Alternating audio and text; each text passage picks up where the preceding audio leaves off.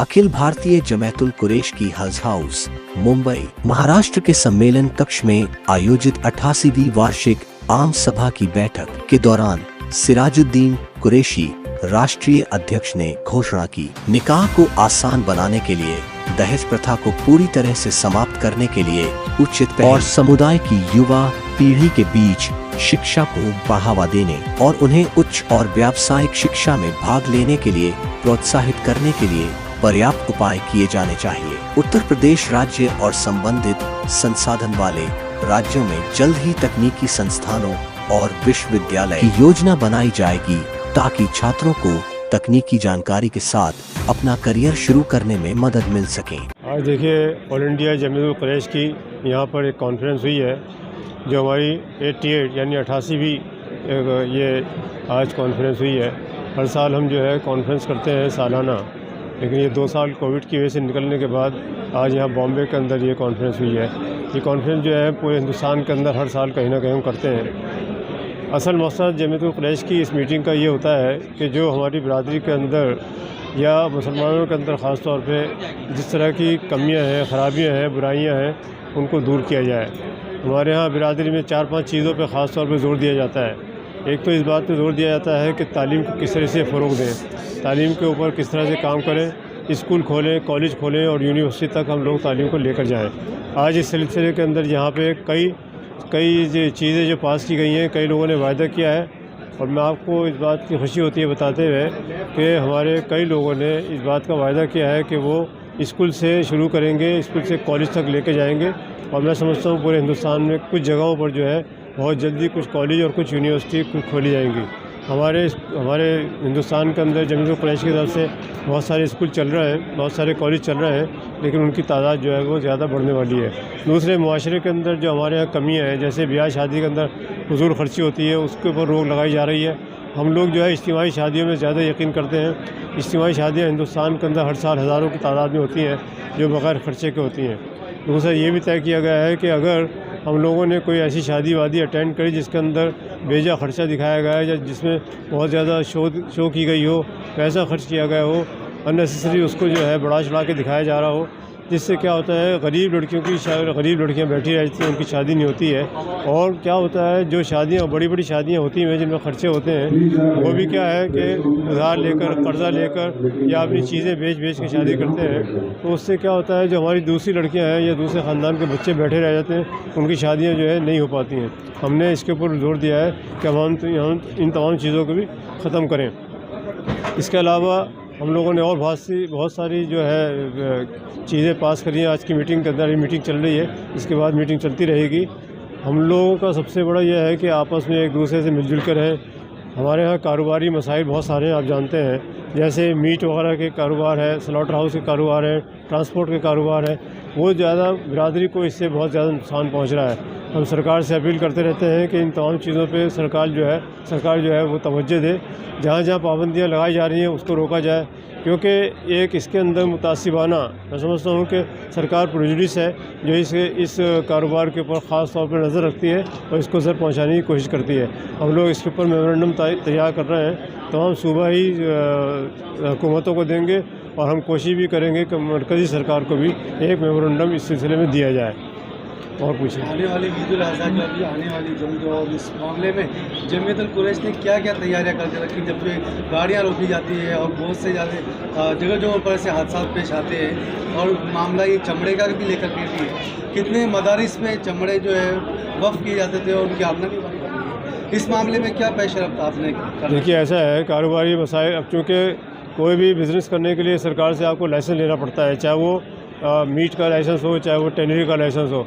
अब सरकार के ऊपर हम मुनासिर हैं, क्योंकि हम लोगों को भी थोड़ी सी अपने अंदर सुधार लानी पड़ेगी, अपने कारोबार में सुधार लानी पड़ेगी, अपना ही ट्रांसपोर्ट सिस्टम बनाना चाहिए, अपने अच्छे स्लॉटर हाउस बनाने चाहिए, अपनी अच्छी टेनरी बनानी चाहिए, क्योंकि पॉल्यूशन की सबसे बड़ी प्रॉब्लम है हिंदुस्तान के अंदर। हम पॉल्यूशन की तमाम रूल्स को भी ध्यान में रखें और बचने की कोशिश करें कि हम उसकी कोई वायलेशन ना करें। लेकिन हम अपने लेवल पे कोशिश कर रहे हैं कि जमात के अंदर इस तरह की स्कीम तैयार करें कि ताकि लोग जो है अपने कारोबार के साथ पूरा इंसाफ कर सकें और सरकार पे कम से कम मुनासिर हों। रेजोल्यूशन क्या क्या पास हुआ है आज के? अभी रेजोल्यूशन पास होंगे, जैसे मैंने बताया बहुत सारी चीज़ें जो है पास हो गई हैं, लेकिन अब पूरा रेजोल्यूशन पूरी मीटिंग के बाद पास होगा। क्या क्या चीज़ें हैं जिसके अंदर तालीम हो गई, तिजारत हो गई और इस तरह के कारोबार के अंदर जो मुश्किलात हैं उस पर हो गई, और हम लोग जो स्कूल कॉलेज वगैरह की बात कर रहे हैं उस पर हो गई, और इसके अलावा जो है शादियाँ जो इज्तिमाई शादियाँ उसके ऊपर हो गई, और जो बेजा शादियों पर खर्च होता है उसके ऊपर गुफ्तगू हो गई। अच्छा, एक बात ये बताइए कि अभी बीएमसी इलेक्शन आने वाले हैं और रियासती इलेक्शन भी आने वाले हैं, तो आप लोग यहाँ पे सरगर्म हो गए हो, महाराष्ट्र गवर्नमेंट पे प्रेशर बना रहे हो, जबकि मरकज़ी हुकूमत का मामला है कि वो स्लॉटरिंग के ताल्लुक से जो है वो इस कारोबार को ईज़ दे, इस कारोबार को जो है वो सहूलत दे। आप दिल्ली में हैं तो क्या कोशिश की गई है? देखिए, स्लॉटर हाउस वगैरह जो है वो मरकज़ी सरकार का एरिया नहीं है, वो जो है सूबाई सरकारों का होता है। तो इसके लिए अगर यहाँ पे इलेक्शन होने जा रहा है तो ये मामला जो है महाराष्ट्र का है। मैं समझता हूँ कि यहाँ के महाराष्ट्र के लोग, हमारे सदर साहब बैठे हैं यहाँ पे, तो वो इसको देख लेंगे। हमारे जो मेंबर ऑफ पार्लियामेंट हैं फजलुर रहमान साहब दिल्ली से ख़ास तौर पर तशरीफ़ लाए हैं, वो जो है हमको रिप्रेजेंट करते हैं पार्लियामेंट के अंदर। इनसे भी आप गुफ्तगू करिए, ये भी कुछ सवालात के आपको जवाब देंगे, और बशीर साहब से सवाल करिए आप दिल्ली के बॉम्बे के बारे में। लेकिन यूपी में जो है वो सबसे बड़ा मसला है स्लॉटरिंग का, क्योंकि स्लॉटर हाउस बंद हो गए यूपी में। देखिए, ऐसा है कि यूपी के अंदर जो स्लॉटर हाउस बंद हुए हैं वो यूपी सरकार के स्लॉटर हाउस बंद हुए हैं, लेकिन एक्सपोर्ट के स्लॉटर हाउस जो है वो चल रहा है, क्योंकि यूपी सरकार जो है अपने उन स्लॉटर हाउस को बहुत अच्छी तरह से मेंटेन नहीं कर पा रही है, तो वहाँ पे हाइजीन प्रॉब्लम बहुत ज़्यादा है, इसकी वजह से हो रही है। लेकिन हम यूपी सरकार से भी कोशिश कर रहे हैं कि उनको मॉडर्नाइज़ करके खोला जाए। लेकिन जो एक्सपोर्ट के जो स्लॉटर हाउस है उसमें तो गोश्त एक्सपोर्ट होगा, यहाँ पे इंडिया में तो नहीं खाया पाएंगे। नहीं, उसके अंदर क्या है, ये भी सरकार ने परमिशन दे दी कि लोकल स्लॉटरिंग के लिए, लोकल शॉपकीपर्स के लिए जो एक्सपोर्ट स्लॉटर हाउस है वो उसमें माल काट के उनको दे सकते हैं। ये हो रहा है। हाई कोर्ट में रिट चल रही है, हाई कोर्ट पर रिट भी है। जोर से बोलेंगे। बीफ एक्सपोर्ट के अंदर हिंदुस्तान जो था नंबर 1 पे था जी। अब इस वक्त क्या हालात है देश के अंदर, आप भी जानते हैं कि बीफ को लेके मतलब यहाँ पर ऐसा है कि एक्सपोर्ट बढ़ा है बीफ का कि कम हुआ है? कम हुआ। देखिए, ऐसा है कि लफ्ज़ बीफ जो है ना, हम इसका इस्तेमाल करते नहीं हैं, क्योंकि बीफ का मतलब ये हो जाता है कि जैसे गाय का गोश्त, बीफ का असल मकसद यही लिया जाता है। हालांकि भैंस के गोश्त का मतलब भी वही बीफ होता है, लेकिन हम लोग भैंस का एक्सपोर्ट करते हैं, और भैंस की एक्सपोर्ट कैसा है, एक्सपोर्ट जो है कम हुआ, उसके कई रीज़न हो सकते हैं। एक तो कोविड की वजह से भी हुआ है, 2 साल से ऐसे हालात चल रहे थे, लेकिन अभी भी 27,000, 24,000, 27,000 के बीच में जो है एक्सपोर्ट की फ़िगर है, और मैं समझता हूँ कि इस साल के अंदर शायद वो फिगर बढ़ जाएगी।